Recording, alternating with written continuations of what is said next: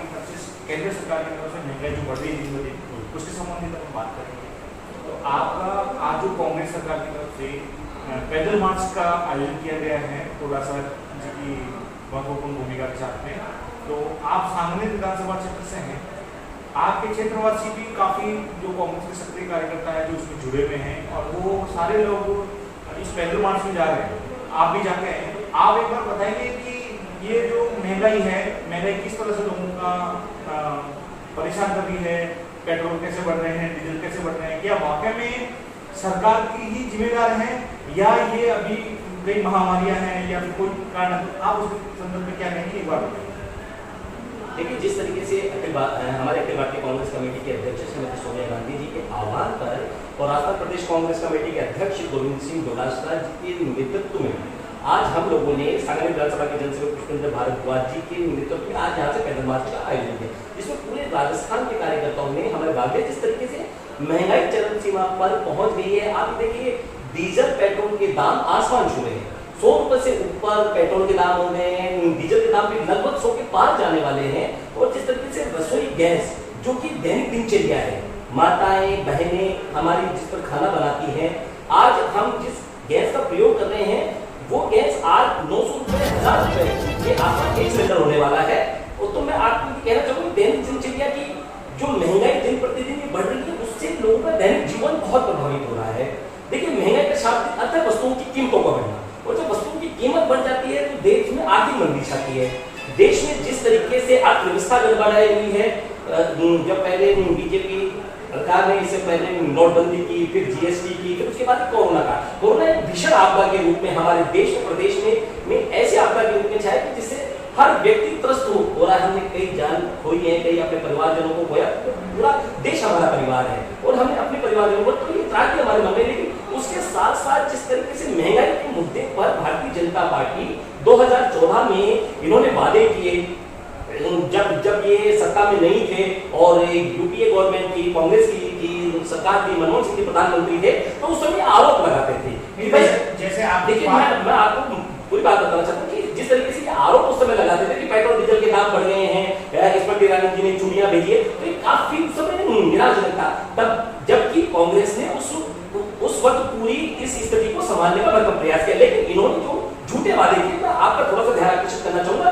झूठे वादे इन्होंने कहा कि पेट्रोल और डीजल हम 35 रुपए लीटर देंगे, युवाओं को लाने का प्रयास किया। युवा हमारे देश की सबसे बड़ी ताकत है। 2014 में 71 रुपए का था, 71 रुपए से लेकर आज 160 रुपए लीटर के आसपास आपको पेट्रोल मिल रहा है, 100 रुपए लीटर के आसपास डीजल हो गया है, गैस के दाम 900 रुपए लीटर हो गए। तो आप ये सोचिए कि आम आदमी मरने को मजबूर हो गया है। आम आदमी घर चलाना, जिस तरीके से महामारी आई उसके बाद आम आदमी पूरी तरीके से टूट गया, नोटबंदी के बाद टूट गया, जीएसटी के बाद टूट गया और फिर महामारी के बाद टूट गया। अगर इसी तरीके से दिन रात में महंगाई बढ़ती रहेगी, अगर इस पे केंद्र सरकार लगाम नहीं लगाएगी, तो आप बताइए ये दोष किसका रहेगा। आपने वादा किया कि हम 35 रुपए लीटर पेट्रोल डीजल देंगे, तो आपने युवाओं को बरगलाने का प्रयास किया, आपने माता बहनों को बरगलाने का प्रयास किया और उस प्रयास के तहत आप सफल रहे और आपने 2014 में 2019 में सरकार बनाई।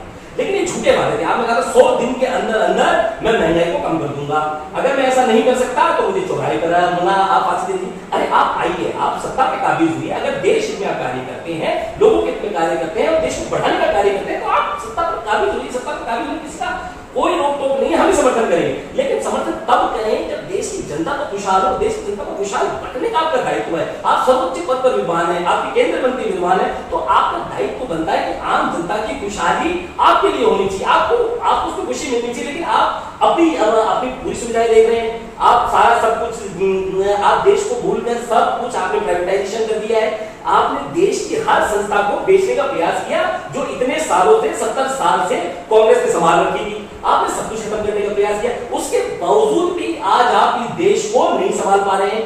आप क्या हिंदुत्व की बात भी आप करते हैं। हिंदुत्व हमारा अभी मुद्दा है, हमारा महंगाई का मुद्दा है, लेकिन महंगाई के बारे में आपसे यही कहना चाहूंगा कि आप इस महंगाई को जल्दी से जल्दी कंट्रोल कीजिए, नहीं तो माताएं बहनें और हमारे युवा साथी हर कोई पूरा हिंदुस्तान सड़कों पर उतरेगा मोदी जी, और भारतीय जनता पार्टी की ईंट से ईंट बजा के रख देगा। अगर आपने महंगाई नहीं की तो आम आदमी जो त्रस्त हो रहा है वो आत्महत्या करने को मजबूर हो जाएगा। जैसे किसान आत्महत्या करने को मजबूर हो गए, वैसे ही आम आदमी आत्महत्या करने के लिए मजबूर हो जाएगा। तो मेरा आपसे यही निवेदन है कि आपकी जो केंद्र की सरकार भारतीय जनता पार्टी की सरकार है, उनके नुमाइंदों से ये मेरा आग्रह है कि आप जल्द से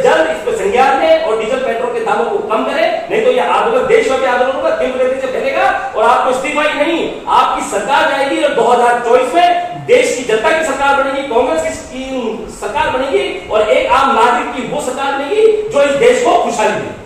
नहीं, मेरा ये कहना था। दूसरा, आपकी महंगाई के साथ मैं आपसे पूछना चाहूंगा कि जो देश के अंदर महंगाई के साथ साथ ये लोग फिर जी जा रहे हैं, जैसे कि कांग्रेस भी अपने वोट को वोट बैंक करती है, बीजेपी भी अपने वोट बैंक पे चलती है, तो क्या ये वोट देने वाले कभी समझ नहीं पाते हैं क्या महंगाई कौन कर रहा है? ये इन लोगों को बात कैसे पहुंची? आप इसके बारे में कहिए। आम जनता तक, जो एक गांव में, ग्रामीण में, जो झोंपड़ी में रहने वाला आदमी, जिसको इन्होंने उज्ज्वला योजना की तरफ गैस दे दी, अब उनके पास में गैस बनाने के पैसे नहीं है, घर घर में वो लाइट बात बनाते हैं, वहां पे पानी नहीं है। तो एक चीज आप उसकी संबंधित आप कुछ बताएंगे कि जो महंगाई बढ़ रही है, महंगाई के बाद ये सरकार क्या करेगी? उन लोगों से मन से छुपा कैसे लेती है, बात निकल कैसे जाती है, उसके बारे में बताएंगे आप? देखिए, सबसे बड़ी चीज आपने बहुत अच्छी बात बोली कि फिर भी जनता वोट दे रही है। हमारा देश भावनाओं का देश है, हमारा देश संस्कृति का देश है। भारत सोने की चिड़िया कहलाता था।